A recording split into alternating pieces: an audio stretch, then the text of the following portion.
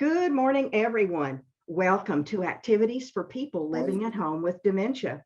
We are proud to offer this series with funding from the Area Agency on Aging and the United Way of Tarrant County. These programs are recorded and are made available for viewing through a YouTube channel for future use. I am Martha Brown. I am your host for today's activities. Today we are presenting Fire by Peggy Skier from the Amon Carter Museum of American Art. I can imagine that this is a hot topic, Peggy. Take it away. I love it. I love it. All right, let me pull up our thing. Can you see it? Yes. Okay. Diddles, yes. All right. Well, let's get into it. So I think I kind of mentioned last week, again, I searched these words in our database and you never know what you're going to find. And fire is one of those ones that there's a lot of different aspects handled with fire in our collection. This particular one is, well, tell me what you think. Tell me what you see. Well, it looks like it's almost two pictures. You're right. You're exactly right. It is two pictures. Looks like the bottom picture is just some smoke, but top picture looks like there's a glow of fire in there. It says dying embers, so that might be. It doesn't look like dying embers. Yeah. The bottom is the dying embers, I think, because that's when it's already been burned out. Okay, that's good. Oh, okay, so it's interesting. I did not see that as smoke. It's rain, but now that you're saying you're seeing smoke, that's like all I'm seeing. Okay. Yeah. Yeah, I thought it was a waterfall. Yeah, Yeah, I can see that it's too. the ocean. Okay. You can see, or it's water of some sort, but it's a big body of water, and it's either mist off of something or a torrential downpour. It's kind of, we don't really know what it is, but we know that it's water. I thought that was grass. Now that you say water, I can see water. It does look like, the first time I looked at it too, I thought it was grass, and then I looked a little closer. And so this particular photograph is from a larger series entitled Between Here and There. Or excuse me, it's called Backscatter, Between Here and There. And this series is looking at water, kind of this I want to read what he writes. Reflection of particles, waves, and signals back to the direction from which they came. And he's looking at the surface of the water and how that interacts in different places throughout life. And so the series of photographs, he's merging two pictures together. So you're not always 100% sure what you're looking at or what is the larger context of it. Yeah. Because he's merging them together to kind of obscure what they really are. Wow. I was almost going to say, if you think about water, the bottom one almost looks like after they've dumped a load of water from an airplane onto a fire. Oh, yeah. Mm-hmm. Yeah, you're right. Oh. It does have that look. Yeah. Yeah, and immediately Don picked up in this photograph that it is two photographs, and these edges fuse together, sometimes in a way where you almost have trouble differentiating where the first photograph starts and the second one begins or ends and begins. Mm-hmm. So it's meant to read sometimes as one thought or one voice that's confusing, that's melding together, or as two completely distinct thoughts that are forming this interesting dynamic. Okay, I think I have an idea here. Okay. Run with it. Let's hear it. Well, the top one is steam. Steam. Yeah. And it's almost like it's coming off of a volcano or something like that. Okay. And from steam, you get rain. Oh, Coming the down. crib cycle. So it's The like a crab cycle. cycle. Yes. Yeah. Yeah. Yeah. I mean, and that's could be totally what the the story is with this one. He's apparently, when they're all in context, you kind of see this narrative play out of Okay. in between places of water and wherever the water is. How many pictures are there in the total You know, thing? I couldn't find the number, but it's a whole book of this Oh, well, okay. playing out. So I want to say it's probably 20-ish or maybe a little bit more. And often or throughout it, you can see kind of this theme of the global environment threatened by the human hand. So within the context of all the other pictures, this might have a different meaning than what we're assigning to it now. I couldn't find really anything specific to this particular image, but you're all hitting on the points that were part of the larger conversation within this series. And so you can see the harmony, you know, kind of, Steve, you're talking about the cause and effect of, you know, how our ecosystem might work or environment works. With doorbell. So if you hear, That's something that he's playing throughout as well, that harmony of what we see happening in nature. So this one's pretty big. So it's 33 by 26, which is larger, you know, not a small photograph. So it has a bit of a weight to it when you're in front of it. All right, so here, and this was Dying Embers. And interestingly enough, there's like, from when I was doing some research, there's like a teen novel by a Tom Young called Dying Embers. Yeah. So if you're giving it a Google yourself later, that's not what we're looking at. Yeah. No, I just Googled Tom Young's photos. Oh, It comes up with a series, a couple of photos that shows images of fire and images of I can't see all the images, but it's there's fire. It's got a fire related theme. yeah. One of them is a bicycle that's been burned over Oh, with wow. a smokestack in the background. So anyway, that's what a general Google search got me. he was Interesting. fascinated by it, huh? Yeah. And for this particular series, what is it, Backscatter? Our curator, John Werbach, wrote an essay or the foreword for. So if you pick up the book, you'll see words from our curator. Okay. Ooh.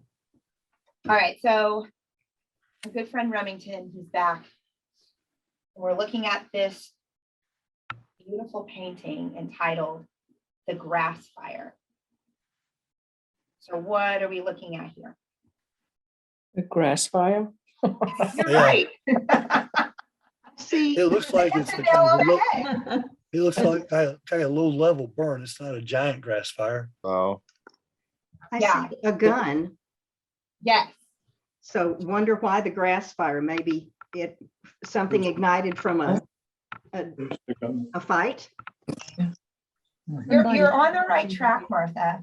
The grass fire was a technique in warfare that the Plains American Indians would use to throw off the enemy. Oh, yeah. And so the grass fire would cause a lot of smoke.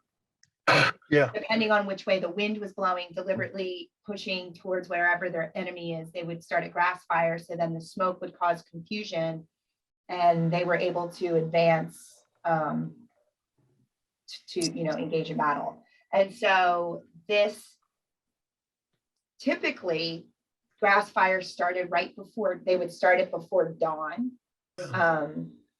So then it was the cloud of confusion before the sun even came up. They, were already disoriented or whatever, retreating.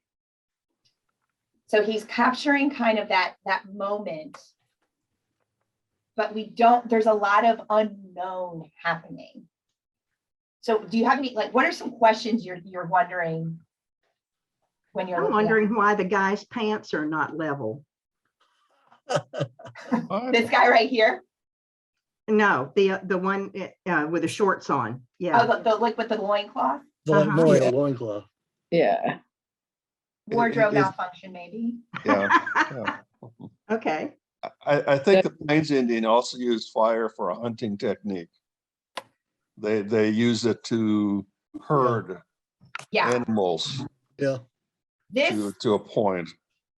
because of the, what they're wearing, it would probably suggest war. Yeah. You see a man with a war bonnet on. Yeah. Oh, yes. Yeah, but that's the So- chief. Oh, say that again, Yada? Isn't that the chief? It The might Indian be. chief with the big head dress? Yeah, it might be the chief with the war bonnet on. You can see this person has a feather. Some people back here have feathers.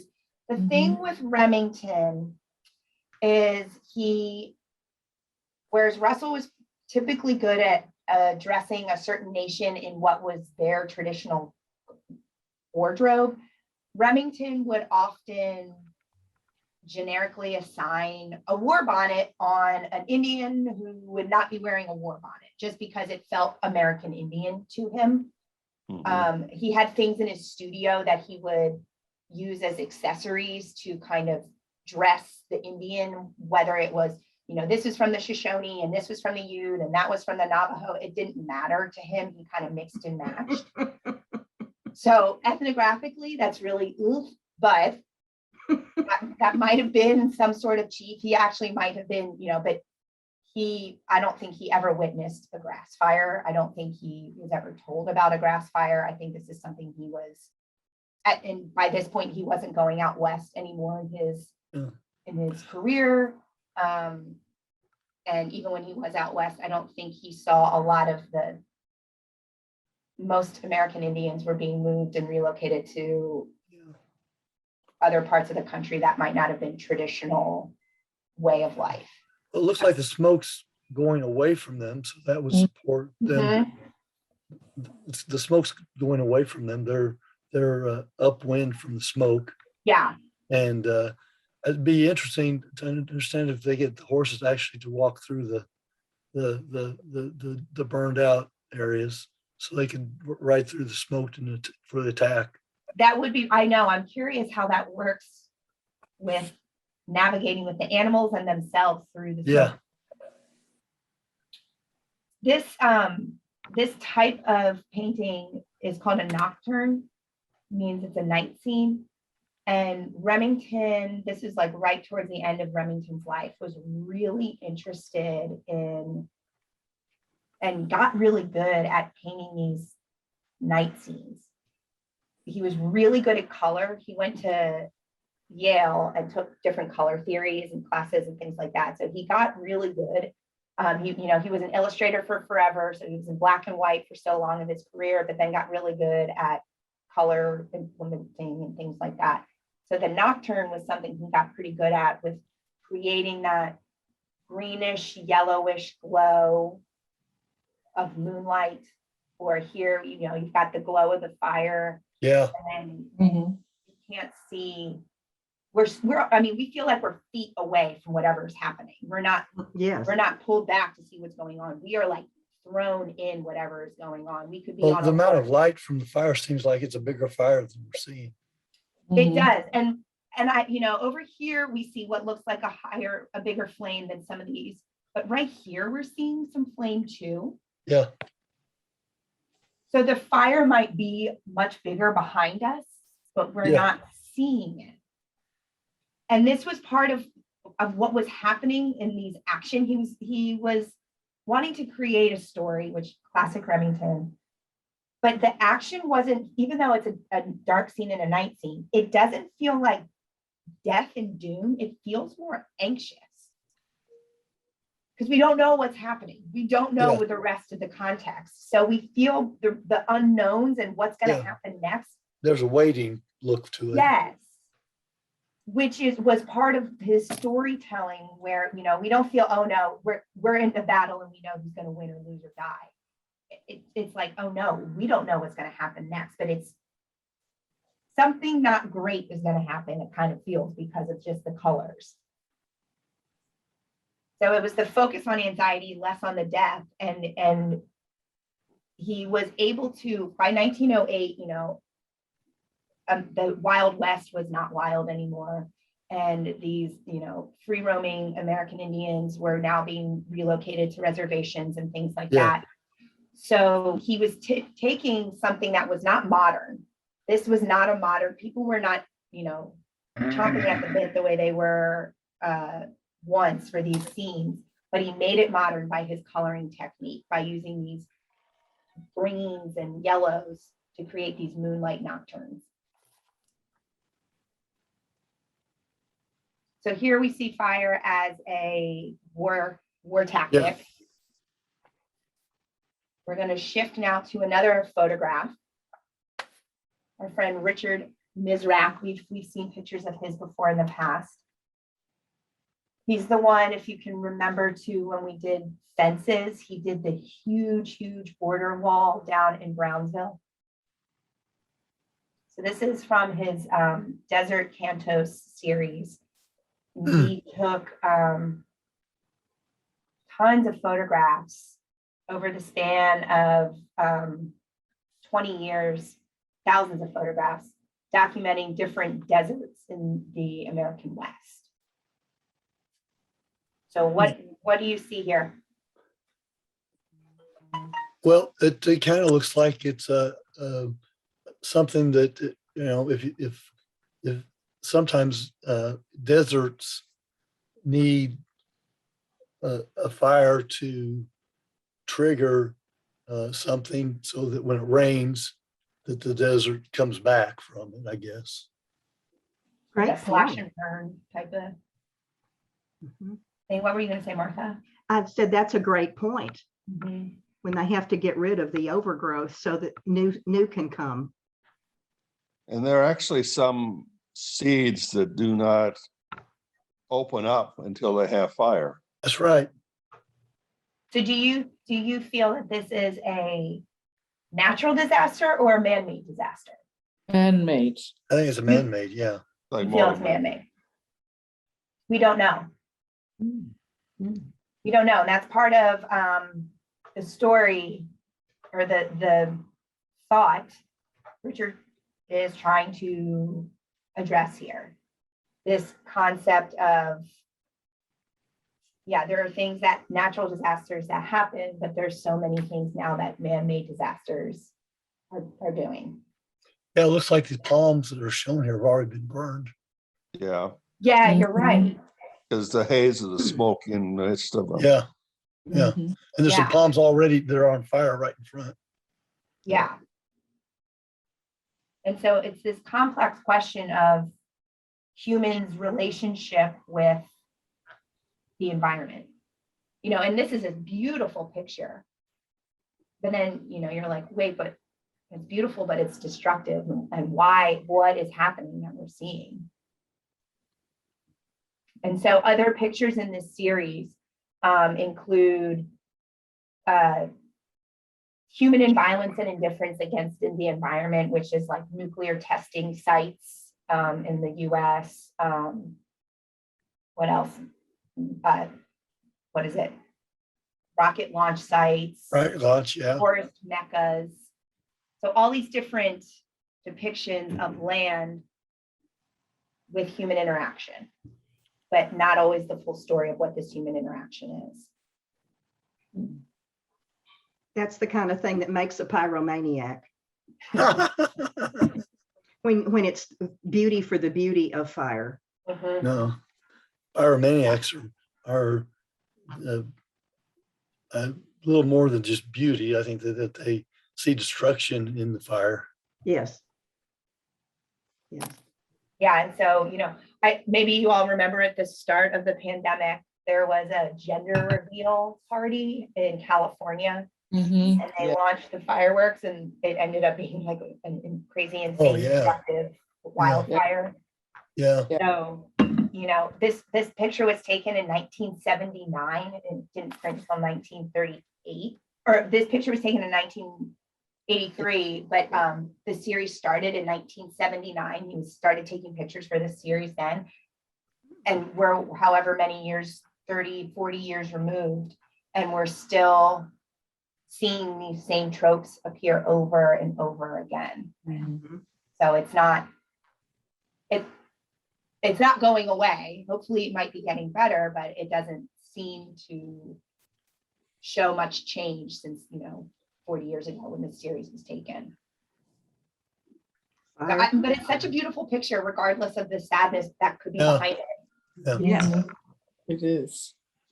Yeah, again, the smoke seems to be blowing toward the things that have already been burned, actually. I don't know. Yeah. Yeah, But it's that's going great. straight up in the air. The flame Yeah. there is going straight up in the air. I'm And this great- picture, oh, go ahead, Martha. I'm grateful to see in the left background that there is a hill.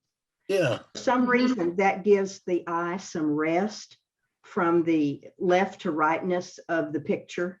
Yeah. It's a relief of the straightness of it. And that makes it feel a little more calm, even though it's fire. It even, does feel calm. You're right. There is a calmness to this. looks like, actually looks like instead of smoke in the sky, looks like there's blue sky and clouds behind the Mhm. fire. Yeah. Right. Yeah, that we have a lot more context than say this one where we can't see. I mean, we might see some sky up, in the top right, but we cannot orient ourselves at all. Whereas here, like Martha's saying, we see there's depth. We see this is maybe a smaller part of a larger, Yeah, so it doesn't feel as engulfing or as oppressive as the other one. So, and this one's another large picture. It's 27 by 35 about, so it's another big in your face landscape. All right, we've got, I think one more. One more. Two more. oh, wow. It's such a beautiful photograph. Wow. That's So a crag in the rock, isn't it? Right here. Yes. Yeah. So That's this beautiful. was taken on the Navajo reservation by a woman named Helen Post, and she was working for the Bureau of Indian Affairs at the time, and was welcomed into the Navajo community, which wasn't always the case of an outsider coming in, and was allowed to document some of the more intimate and private ceremonies of the Navajo, which again, there's still, a white woman's outside lens taking pictures of an indigenous culture that she was not a part of. So there's, she's still covering some stereotypes and not showing us the fullness of whatever the different, So topics. your caption says Navajo Fair. Is it Yeah, Navajo so Fair? Okay, The night chant, from what I could research, and my background is in Indian, so I'm not super versed in the Navajo, but the night chant was typically a 9-day event that was both a medicinal event and a healing of the people with the universe event. So Wow. there were Did they do sweat lodges? there were sweat lodges that would happen during the day. There were ceremonies that happened at night, certain dances that were performed. There were certain gods that were called upon for the healing, for the healing, like medicinal healing of people, and then for the actual healing of the people with the universe. So this was a very elaborate course of 9 days, and different things happened each day. This wasn't necessarily a fun time. It was to gather together. Yeah, it was a celebration of something. I don't know how celebratory everything was. I don't know if it was a very serious event. I didn't delve into as deep of the night chant. I mean, I think there are like people's dissertations about this. There's a lot to be said, I think, about this particular event. So just Right. in broad strokes. I'm They were interested. tackling a lot during these 9 days.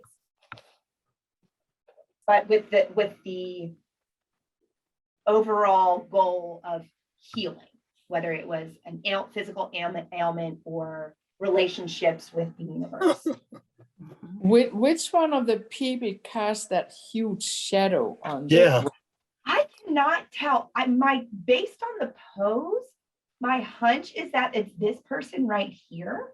But That would even be- then, the gap is still too big on the arm. So I cannot figure this out. That's right. That's right. It could be, that could be the person, yeah. And then there's a cowboy with all of his clothes on. Where do you see that? He's not To a the cowboy. right- He's an To the right Indian. of the person that you just pointed out. But he's an Indian. I still think he's an a Indian also. It's Yeah. Oh, really? yeah, this is an American Indian as well. Yeah. And I don't think see a he's hat been- or anything. Oh, Okay. Yeah, he's got chaps on and like maybe not a war shirt, but like a ceremonial shirt on. Ah. So Okay. this is just a beautiful, but using fire as ceremonial, using fire, in a lot of religions, fire represents something Mhm. more than just fire. And the earth element of it. So it's the fire. I mean, granted, it's providing light, but the fire in a lot of American Indian cultures is a very important Yeah. it's a aspect of life. it's a purification. Yes, Yeah. yeah. Yeah. Yeah. It We've kind got of one reminds me. more, It and kind of I reminds thought me of- of my. Oh, go ahead. Kind of reminds me of my Boy Scout camping trips. When Yeah. we'd set up a big fire and everybody Like a would big bonfire. big bonfire. Yes. Hmm. Or in high Yeah. school, we'd burn an outhouse at homecoming. Ah, yes. That smelled. Yeah. Folks, we'll see Bye, you Steve. next time. Bye, Bye-bye. Steve. Bye. Pretty good. Bye, Steve. Bye. And we've got one more, which this is like totally different, but it just Oh. kind of made me giggle when I found this one in our collection. This is a demo at the Southwest Training Facility of a woman demonstrating how to use a fire extinguisher if it's needed. Mm. Has anyone been in a training session like this? Not I. No. I got to pull a fire alarm once as a training exercise. That was cool. I was gonna say, was that pretty cool? It was surprisingly easy. You would think it would be to pull, Yeah. but it was like, tapping somebody on the head. It was really easy to pull. And Yeah. And that I imagine that would have been like so cathartic, just like, Yes. But I never got to put anything out.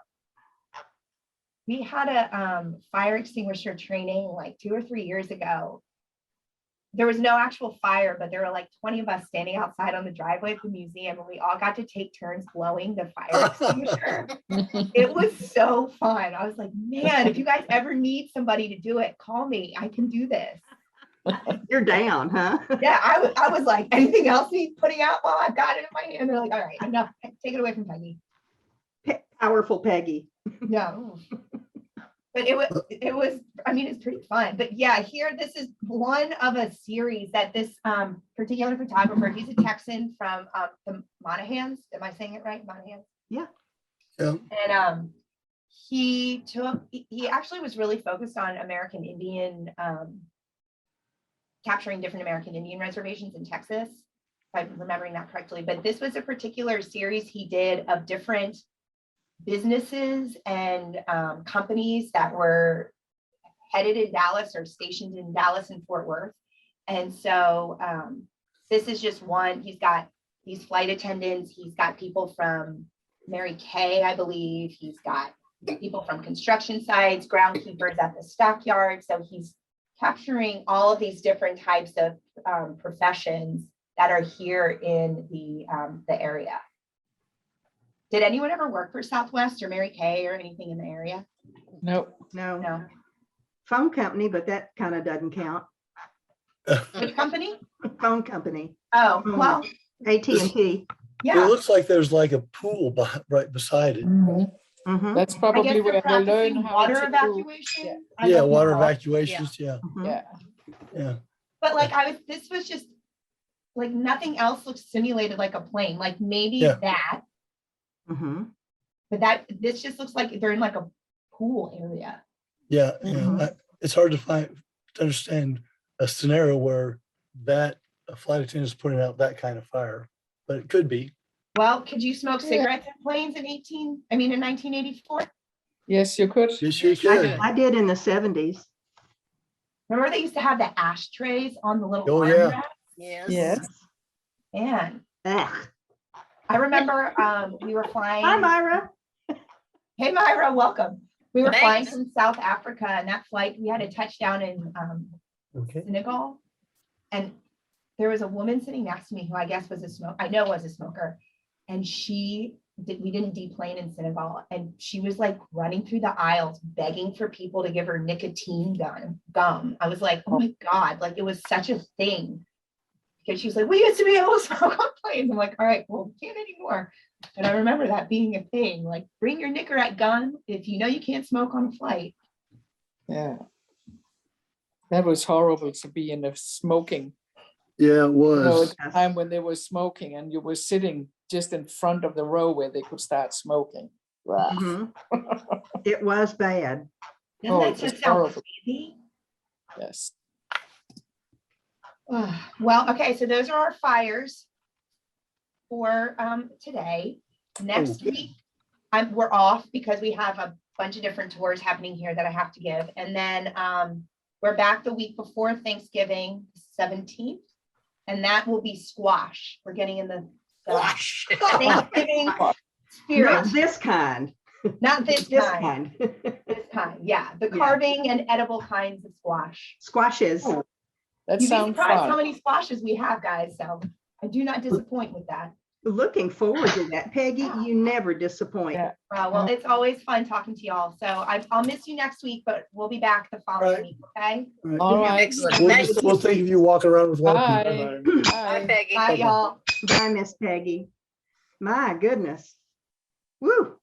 It makes me want to stay away from people who smoke. Just thinking about it. Oh, Mm. Yeah. The olden days. Well, let's see what's coming up. Let's see, the 10th. What are we doing the week that she's gone? Tomorrow's the 4th. tomorrow is Yes, It's the Thursday. 4th. Okay. The 4th. Next week, I think Gail might be doing cookie conversations to fix that up. Okay. Yeah. Okay, here is Peg. Am I sharing? Not Here yet. it is. Yeah. There. That's Okay, Peggy. that's Peggy. Moving to Heal with Emily Corbin. Okay. I look forward to that. My body likes it when she comes along. That's right. I won't be here tomorrow, but Hans will. Okay, Hans, we'll take care of you. I will. Yes, and we'll be glad to have you with us. Anybody have anything they want to talk about or share today? Well, are we in Texas? Are we in chat or You, what do you call it? The Memory Cafe. Memory Cafe? This Yeah. is Wednesday. this is what Yeah. I say. So you need to stop the recording. Yes, I Yeah. do. Okay.